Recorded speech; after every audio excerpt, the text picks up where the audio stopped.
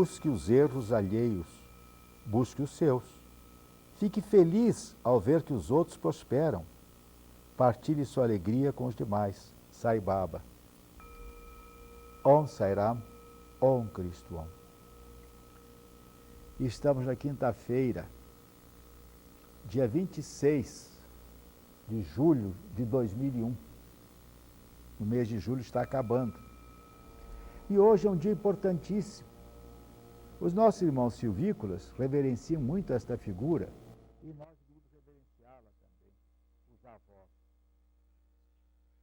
Os avós são figuras importantes na formação do caráter das gerações futuras, mas nós desprezamos os idosos normalmente, os relegamos a asilo, os deixamos de lado. Mas nas culturas, aspas, primitivas, fechem aspas, os avós são reverenciados, são os sábios, são eles que dão o amparo aos jovens curumins, às crianças. Na Índia se reverenciam muito os avós. Na Igreja Católica, por exemplo, se reverenciam hoje o dia de Joaquim e de Maria, os pais de Joaquim e Santana, mãe Nessa, a mãe de Maria, os avós de Jesus.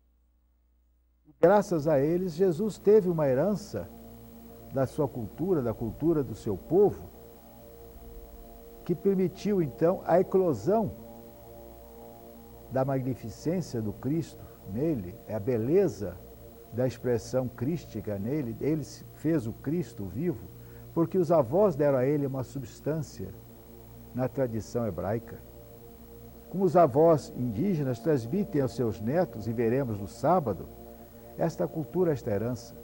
Vimos recentemente em pesquisa na América do Norte, no Brasil, na Inglaterra, que o papel dos avós é importantíssimo numa família, porque os pais estão na rua trabalhando.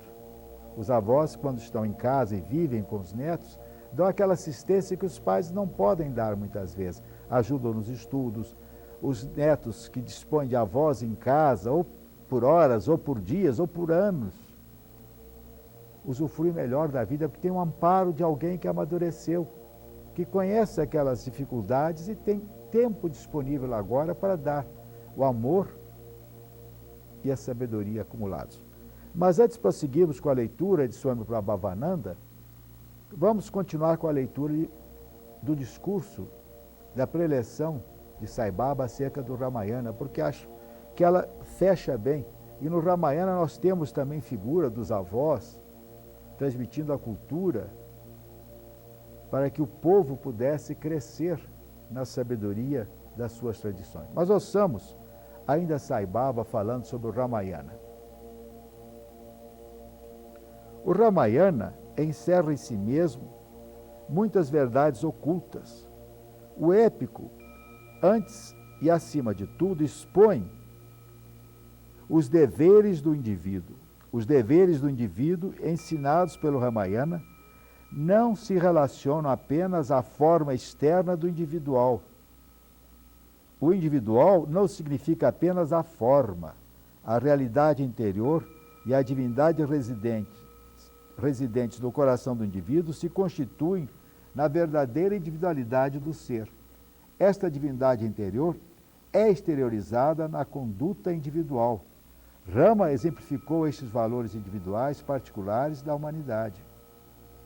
Mais adiante sua fala, Baba nos diz: o bem e o mal estão intrinsecamente misturados e que é absolutamente impossível para qualquer pessoa desenredar um do outro.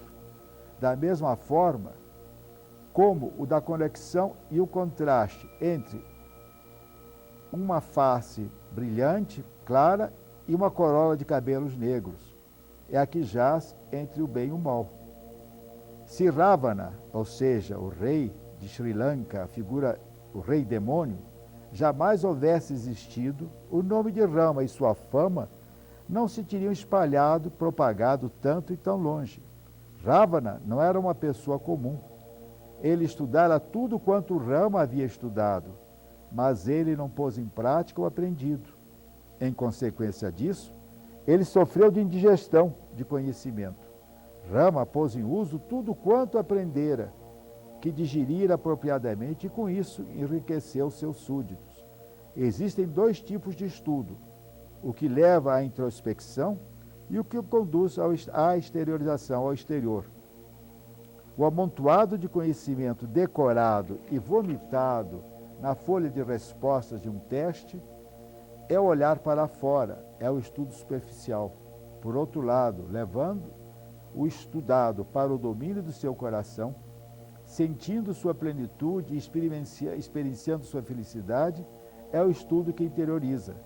Estes dois tipos de estudo têm sido diferenciados, têm sido diferentemente denominados. Por exemplo, com estes termos, instrução e educação. O objetivo de cada um de vocês deveria ser educar-se e não somente instruir-se. Isto faz a diferença entre o estudo de Rama e o de Ravana. Enquanto que o estudo de Rama levava à interiorização e à vivência do estudo, o de Ravana apenas se restringia ao conhecimento formal, erudito do lido. Isto posto, vamos prosseguir então com a leitura de Swami Prabhavananda.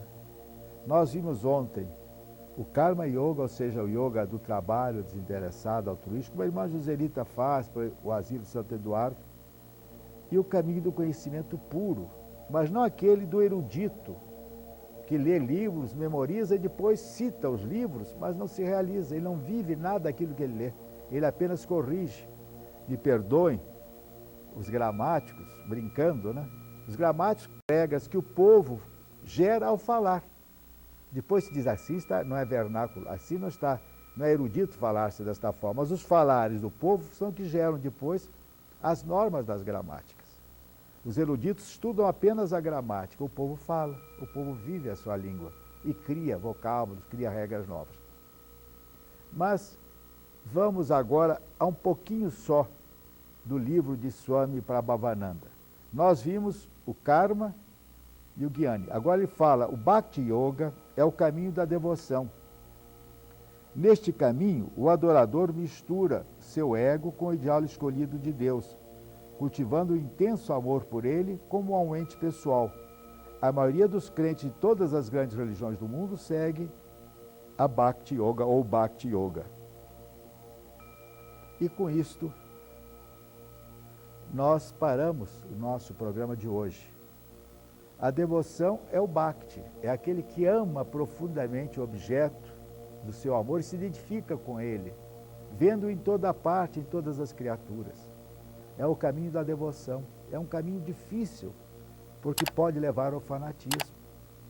Mas aquele que ama verdadeiramente e profundamente ao ser excelso como Jesus, como Rama, Krishna, Buda, se identifica com o modelo e não age fanaticamente. Fanático é aquele que se fez erudito no conhecimento pregado por Jesus, por Buda, por Rama, por Krishna, e usa de uma forma dura, fria, dente por dente, olho por olho. Não. O Bhakta verdadeiro é aquele que ama e se entrega, porque sabe que o amor que devota ao próximo é o amor à criatura amada, que está além dos limites da consciência finita do homem finito, que só olha para o mundo de fora e se esquece da infinitude do mundo de dentro. Om Sai Ram, Om Cristo Om.